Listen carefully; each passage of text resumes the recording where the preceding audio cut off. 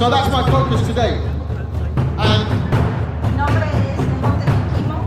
Soy una mujer. And it makes me so happy and so proud to be amongst all of you today.